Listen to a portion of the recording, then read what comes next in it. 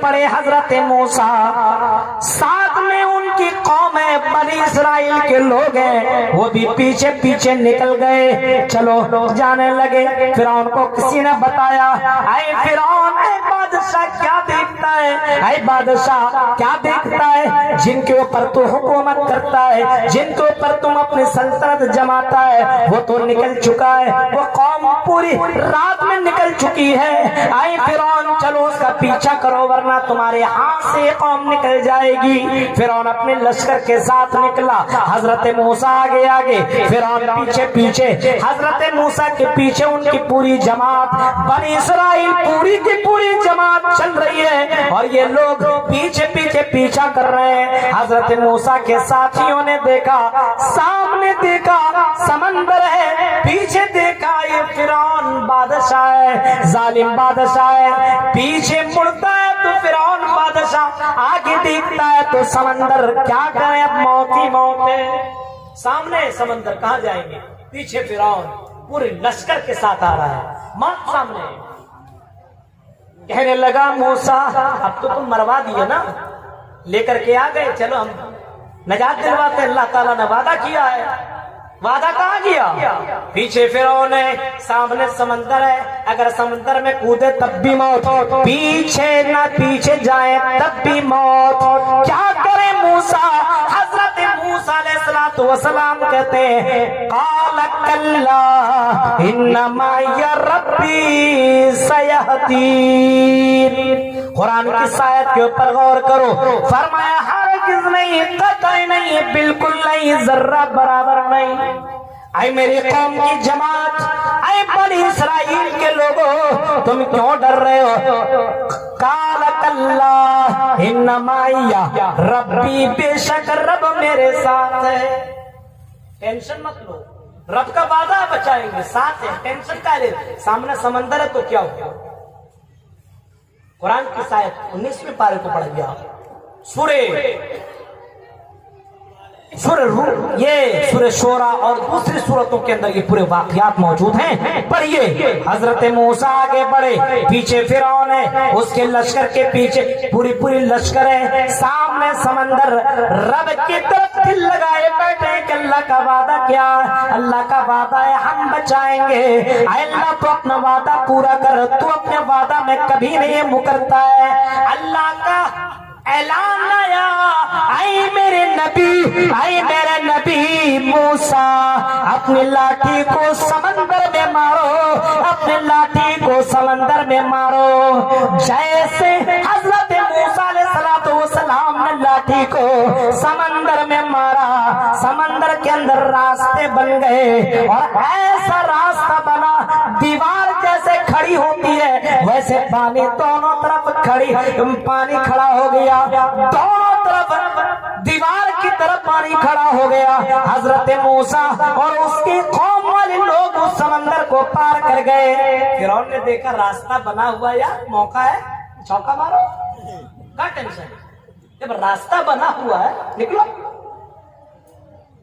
یہی تو اللہ چاہ رہا تھا، یہی تو اللہ کو کرنا تھا، دنیا کے لیے عبرت بنانا تھا۔ میرے بندوں کے ساتھ جو ظلم کرتا ہے، میرے بندوں کو جو تکلیف دیتا ہے، تم اپنے جگہ بادشاہ ہو، تم اپنے اندر پاور والے ہو، لیکن سپر پاور میں ہو، بادشاہوں کا بادشاہ ہو، میں وہ ترتیب کرتا ہوں، میں وہ چال چلتا ہوں، وہ چال تم چل نہیں سکتے ہو۔ وہ مکروا ومکر اللہ، چال کو بھی چلتے ہیں، چال اللہ بھی چلتا ہے، لیکن واللہ خیر الماکرین، اللہ کی چال ایسی ہوتی کہ کوئی سمجھ نہیں پاتا ہے۔ اے مسلمانوں گھبراتے کیوں ہو؟ یہ واقعات کے پر تم نظر کیوں نہیں دوڑاتے ہو؟ ان واقعات کے پر کبھی غور کیوں نہیں کرتے ہو؟ حضرت موسیٰ ان کی قوم اس سمندر کو پار کر گئی، لیکن پیچھے سے جب فرعون کی جماعت اور فرعون کے سپاہی لوگ جب اس سمندر کے اندر کود پڑے اور جیسے بیچ میں پہنچے، اللہ تعالیٰ کا حکم ہوا سمندر آپس میں مل جاؤ، بادشاہ ختم، تباہ کر دیا، اور ایسا مارا کہ آج تک فرعون کی لاش مصر کی میوزیم میں رکھی ہوئی، آج تک آئے دنیا دنیا کے بادشاہ، تم ظلم کرو گے تو یہ دیکھ لو یہ فرعون کے ساتھ ہو چکا ہے، دیر نہیں لگے گی۔ میرے مومن بندوں کو ستاؤ گے تو دیر نہیں لگے گی، میرے مومن بندوں کو تکلیف دو گے تو دیر نہیں لگے گی۔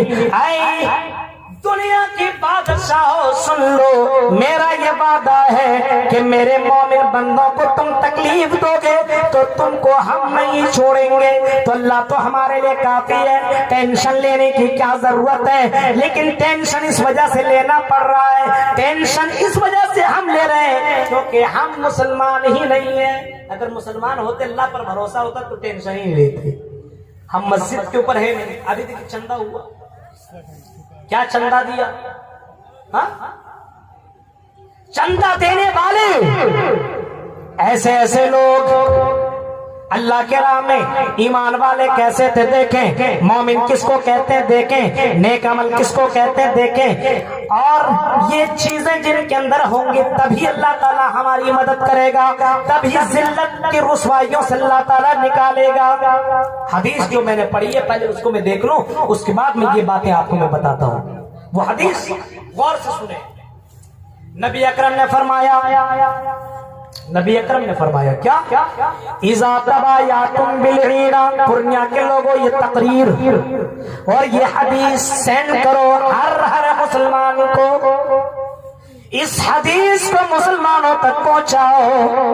ذلیل کیوں ہیں، رسوا کیوں ہیں، ہم برباد کیوں ہوتے چلے جا رہے ہیں؟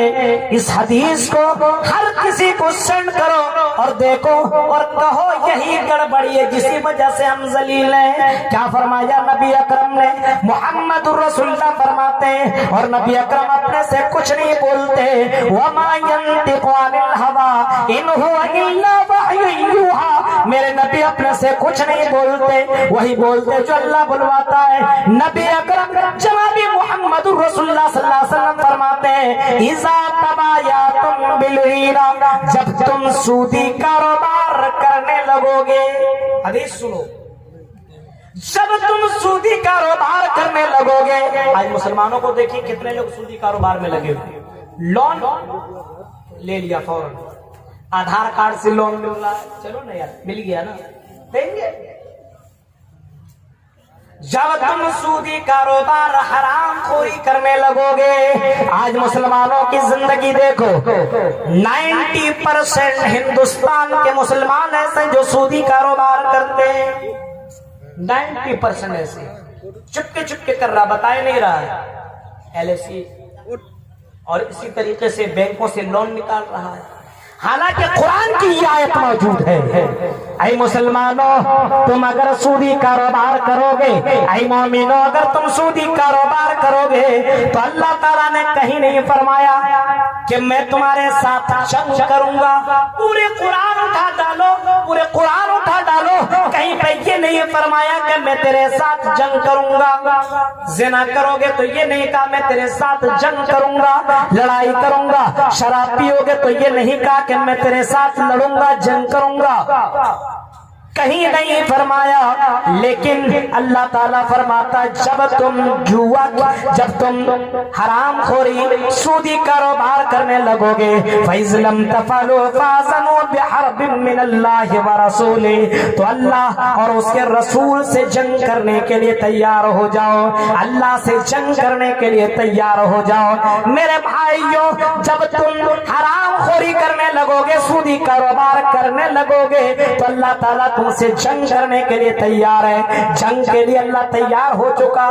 کہیں ایسا تو نہیں ہے کہ مسلمان سودی کاروبار کر رہا ہے اسی وجہ سے اللہ تعالیٰ کی طرف سے عذاب آ چکا ہے، اللہ تعالیٰ کی طرف سے یہ عذاب مسلط کر دیا گیا ہے، مودی کی شکل میں، امت شاہ کی شکل میں یہ عذاب مسلط کر دیا ہے۔ جب تم غلط کام کرو گے تو ہم تمہارے پر عذاب مسلط کر دیں گے، اور عذاب یہ ہے دیکھو تمہاری آنکھوں کے سامنے، تم سو گے تمہیں چین نہیں ملے گی، تم گھر کے اندر رہو گے آرام نہیں۔ میرے بھائیو آج حالت مسلمانوں کی ایسے ہو چکی ہے، اذا تبایعتم بالعیرہ، جب تک سودی کاروبار کرنے لگو گے۔ آج دیکھیں کتنے لوگ ہیں کہ ہم کو بتانے کی ضرورت نہیں ہے، ایک اچھا پڑھا لکھا جانکار لوگ لون لے رہا ہے۔ میرے بھائی کیوں؟ ایک تو یہ وجہ ہے کہ حرام خوری ہے، حرام خوری اللہ کو برداشت نہیں۔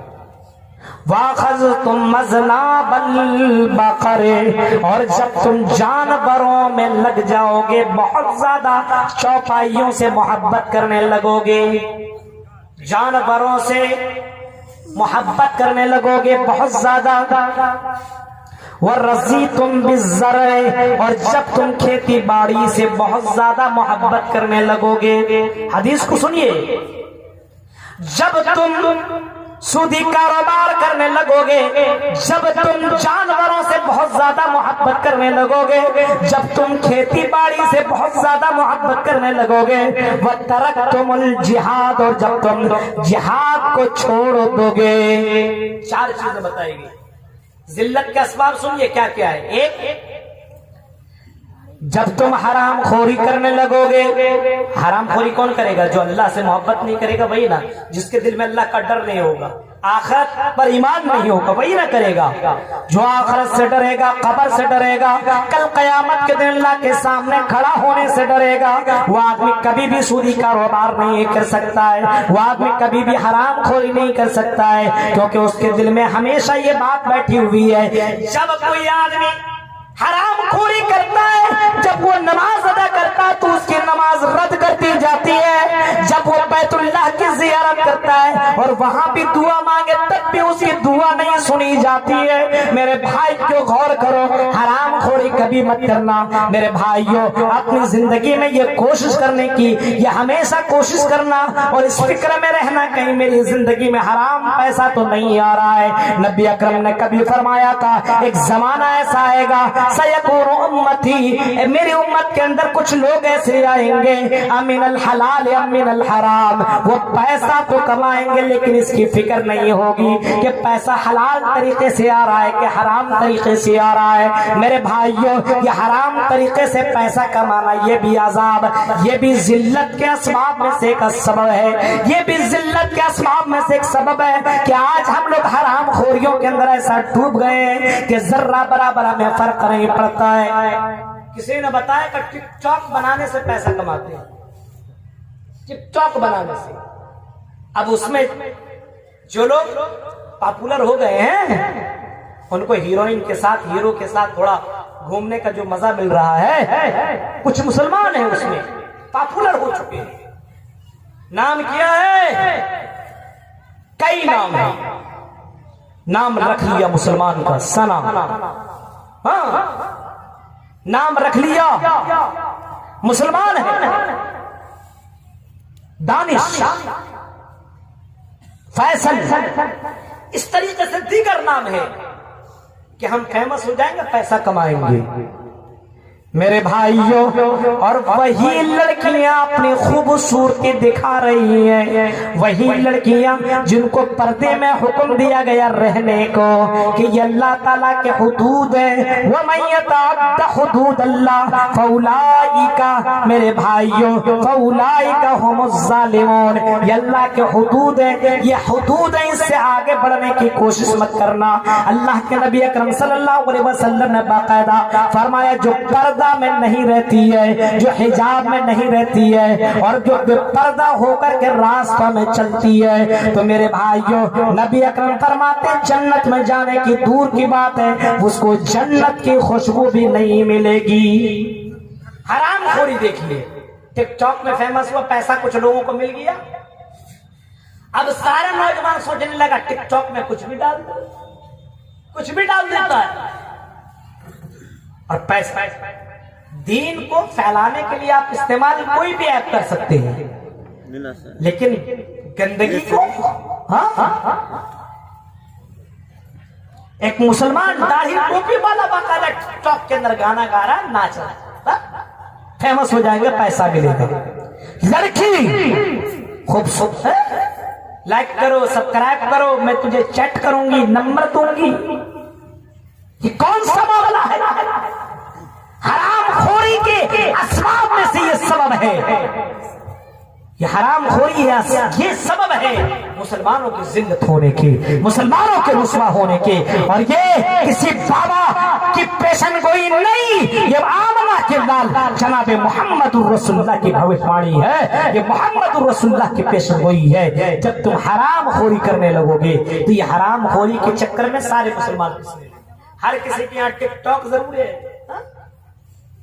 ٹک ٹاک سب استعمال کر رہا، مسلمان لڑکا بھی لڑکی بھی، اور کچھ لوگ پردے میں لا کر، پردے میں مطلب چہرہ نہیں دکھاتے، ٹک ٹاک میں ڈانس کر رہی ہے، بھیج رہی ہے، فیمس ہو جاؤں گی، مجھے بھی پاپولر والی ڈگری مل جائے گی اور میں بھی جا کر کے ہیرو ہیروئن کے ساتھ ڈانس کروں گی۔ فرمایا جب تم حرام خوری کرنے لگو گے، وَأَخَذْتُمْ أَذْنَابَ الْبَقَرِ، اور جب تم جانوروں میں بہت زیادہ لگ جاؤ گے۔ بہت سے لوگوں کو دیکھیے جانور کے پیچھے دیوانہ ہو جاتا ہے، نماز سے کوئی مطلب نہیں، روزہ سے کوئی مطلب نہیں، مسجد سے کوئی مطلب، مسجد میں ایک مرتبہ جھاڑو نہیں لگائے گا جا کر کے، ایک مرتبہ صاف نہیں کرے گا، اس جانور کو دن بھر میں 2 مرتبہ دھوئے گا۔ جانور کے پیچھے لگا ہوا ہے، 3 بجے بھور میں اٹھ کر کے، صبح میں اٹھ کر کے دھلائی کر رہا، پچھائی کر رہا، کھلا رہا، یہ کر رہا، وہ کر رہا ہے، یہ ہمیں روزی دیں گے، اس سے ہم پیسہ کمائیں گے۔ اے مسلمانوں، تمہیں زندہ رہنے کے لیے پیسے کی تو ضرورت ہے، لیکن میرے بھائیو تم تو زندہ رہو گے لیکن تمہاری روح مر جائے گی۔ روح کو زندہ کرنے کے لیے تمہیں فجر کی نماز ادا کرنی ہوگی، روح زندہ ہونی چاہیے۔ آج ہمارا روح، ہماری ضمیر مر چکی ہے، ضمیر۔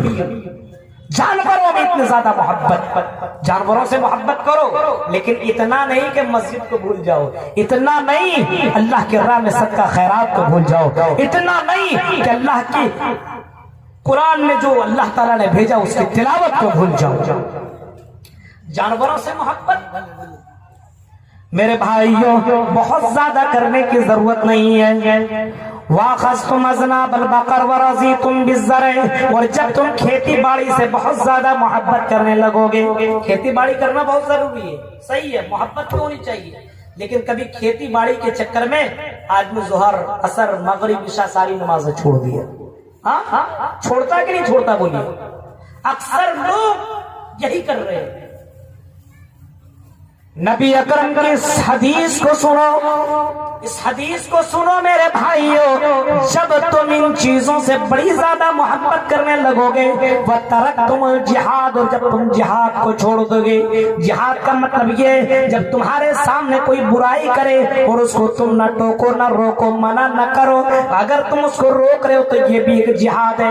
تمہارے سامنے کوئی جوا کھیل رہا ہے، تم اس کو منع کر رہے ہو، یہ بھی ایک جہاد ہے۔ تمہارے سامنے کوئی زنا کر رہا ہے، اس کو تم منع کر رہے ہو، یہ بھی ایک جہاد ہے۔ تمہارا بھائی بگڑ رہا ہے، تمہارا بھائی جوا کھیل رہا ہے، شراب پی رہا ہے، اس کو تم منع کر رہے ہو، اپنی بیٹیوں کو پردے میں لانے کی کوشش کر رہے ہو، یہ بھی ایک جہاد ہے۔ اور فجر کے وقت اپنے آپ کو اٹھنا اور وضو بنانا اور مسجد میں جا کر کے نماز ادا کرنا، یہ بھی ایک جہاد ہے۔ اپنے بستر کو چھوڑ کر کے جلسوں میں آ کر کے بیٹھ کر کے تقریریں سننا، یہ بھی ایک جہاد کہلاتا ہے۔ مسلمانوں، جب تم ان چیزوں کو چھوڑ دو گے، نبی اکرم محمد رسول اللہ صلی اللہ علیہ وسلم نے فرمایا سلط اللہ علیکم ذلت، فرمایا اللہ تعالیٰ تمہارے اوپر ذلت نازل کر دے گا، رسوائی نازل کر دے گا، ذلت مسلط کر دے گا، در دروں کے ٹھوکریں کھائے جاؤ گے، تم ذلت کیے جاؤ گے، مارے جاؤ گے، ڈانٹے جاؤ گے،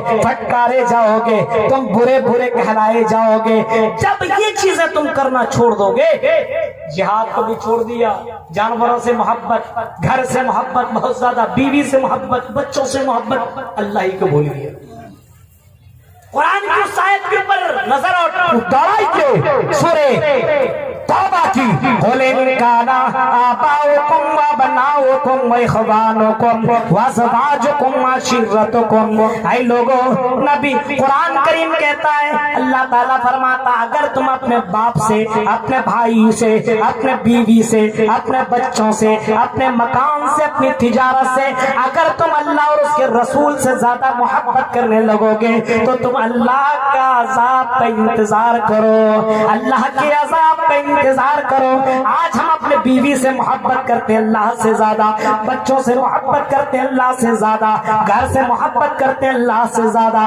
اگر محبت اپنے مال سے, دولت سے اتنا زیادہ کرتے ہیں اللہ سے زیادہ, مسجد کی تعمیر کے لیے جب اعلان ہوتا ہے ہم اپنے جیب سے اپنے گھر سے پیسہ نہیں دے پاتے ہیں. میرے بھائی جو وہ کیسے لوگ تھے جب اعلان ہوتا مسجد نبوی سے, کون ہے جو اللہ کے راہ میں 100 اونٹ دینے کو تیار, کون ہے جو اپنے 100 اونٹ دینے کو تیار. اور عرب کے اندر سب سے زیادہ مالدار آدمی اس کو مانا جاتا تھا جس کے یہاں اونٹ ہوا کرتے تھے, وہ بھی سفید, اس کے یہاں جس کے یہاں سفید طریقے سے اونٹ ہوا کرتے تھے, سرخ رنگ کے اونٹ ہوا کرتے تھے. اللہ کے نبی اکرم صلی اللہ علیہ وسلم اس زمانے میں کہہ رہے کوئی اگر 100 اونٹ دے دیتا ہے اس کے لیے جنت کی بشارت ہے. حضرت عثمان غنی اٹھے اور کہنے لگے اللہ کے نبی کسی اور سے سوال نہیں کیجئے گا, عثمان غنی 100 اونٹ دینے کو تیار.